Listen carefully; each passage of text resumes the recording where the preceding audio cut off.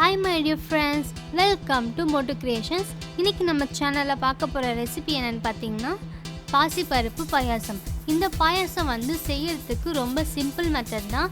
And இதோட taste பார்த்தீங்கன்னா ரொம்ப யம்மியா அண்ட் ரொம்ப ஸ்வீட்டா இருக்கும். ஸோ இது எப்படி பண்ணலாம்னு இப்போ நம்ம வீடியோக்குள்ள போயிட்டு பார்க்கலாம் வாங்க.